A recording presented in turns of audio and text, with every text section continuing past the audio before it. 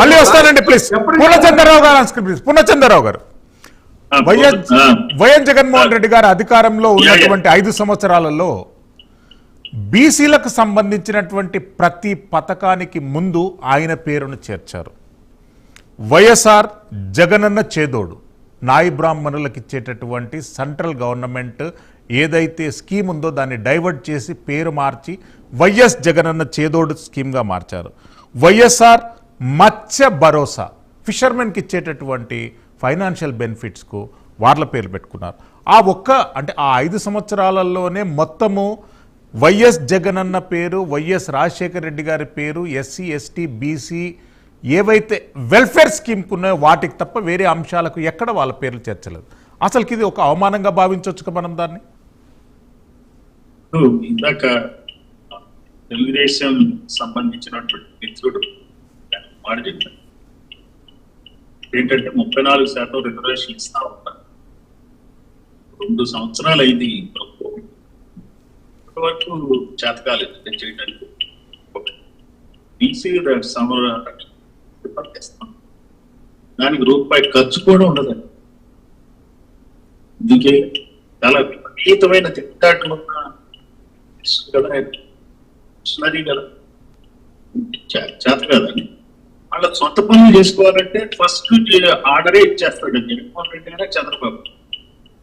వాళ్ళ ఇంట్రెస్ట్ కోసం first file అదే సంతకం మనకి చెప్పరు.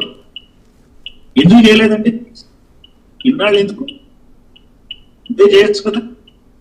ఇప్పుడు సెక్టర్ కూడా వాళ్ళ ఆధీనంలో కూటమి ప్రభుత్వం ఎన్నాళ్ళు మబ్బిపోతుంది.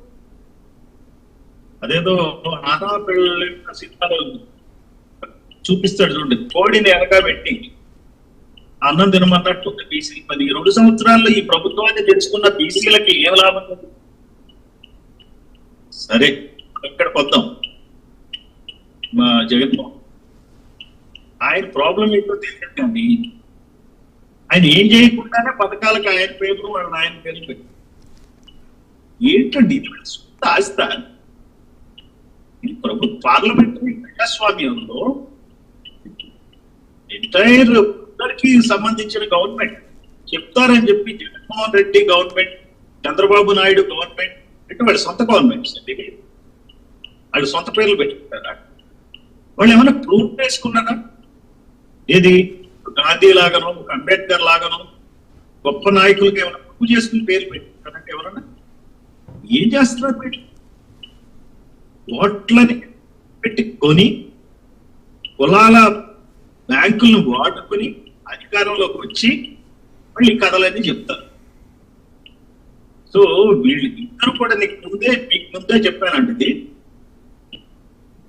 బీసీలకు ఏ రాయి అయినా వైసీపీ అయినా టీడీపీ అయినా. టీడీపీ ఏమో నేతి బీరకాయ లాగా, బీసీల పార్టీ అని నేతి బీరకాయలో నెయ్యట్లో ఉండదు, అట్లా ఉండదు.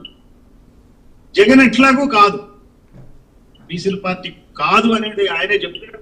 ఏదో ఆయన ట్రై చేస్తున్నాడు, బీసీల గురించి ఏదో కష్టపడినట్టుగా ప్రవర్తిస్తున్నాడు. ప్రస్తుతం అందరినీ కూడా ఉద్యోగాల్లో ఎట్లనే పెట్టుకున్నాడు. ఇప్పుడు టీటీడీ బోర్డు ఒకటే చెప్తానండి నేను, 2 పార్టీల యొక్క భాగోతాన్ని చెప్పి. జగన్మోహన్ రెడ్డి సీఎం ఉండగా Karunakar Reddy TTD, YV Subbareddy TTD chairman 5 years.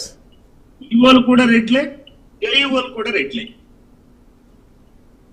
ఈ టీడీపీ హయాంలో ఇప్పుడు నాయుడు ఆయన తర్వాత ఏంటి, ఏఈఓ కూడా సేమ్ కమ్యూనిటీ. ఎక్కడంటే సెంట్రల్ సర్వీస్, వాళ్ళు కూడా సెంట్రల్ సర్వీస్ లో ఉన్న ధర్మారెడ్డిని తీసుకొచ్చి జేఈఓ చేశారు, వీళ్ళు కూడా అట్లానే చేశారు. ఇదేంటోనండి 2 కులాల ప్రభుత్వాల్లాగా తయారైనవి. బీసీల గురించి పట్టించుకునే ప్రభుత్వాలు కాదు ఇవి. అందువల్ల ఈ విషయం బీసీలు అందరూ తెలుసుకోవాలా. మన బీసీ ప్యానలిస్టులు మిమ్మల్ని నేనేమి అందర్చుకోవాలి, ప్లీజ్ డోంట్ థింక్ అదర్వైజ్. చాలా నిబద్ధత కలిగిన నాయకులు నాకు తెలిసినంత వరకు. మీ పార్టీ వాదన మీరు వినిపించక తప్పదు, వినిపించండి. నేను బీసీల వాదన వినిపిస్తా, మీరు మీ పార్టీల వాదన వినిపించండి. పూర్ణచంద్రరావు గారు, మళ్ళీ వస్తాను మీ దగ్గరికి. రామారావు గారు, అవకాశం వచ్చినప్పుడల్లా రాష్ట్రంలో